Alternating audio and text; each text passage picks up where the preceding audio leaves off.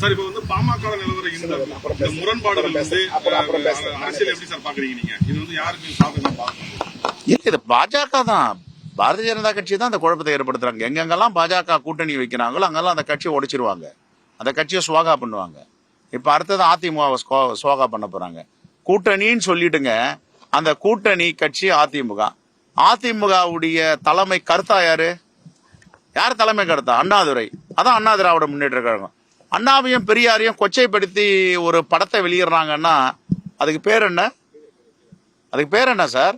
இப்ப நான் இருக்கிற காங்கிரஸ் கட்சி தலைவரா எங்க தலைவர் நேருவையோ, எங்க தலைவர் இந்திரா காந்தி அம்மையாரையோ, எங்க தலைவர்களை யாராவது ஏதாவது கொச்சைப்படுத்தி எங்க கூட்டணியில ஒரு செகண்ட் இருப்போமா? நாங்க அங்க கண்டன அறிக்கை கொடுத்திருக்க மாட்டோம், வெளியே வந்திருக்க மாட்டோம். எங்க தலைவர்களை, எங்க மூதாதையர்களை பலி கொடுத்துட்டு இன்னும் அரசியல் பண்ண வேண்டியது இருக்கு.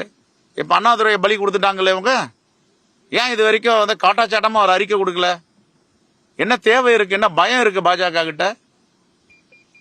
அண்ணா பேர்ல தாங்கிட்டு இருக்கு அதிமுக.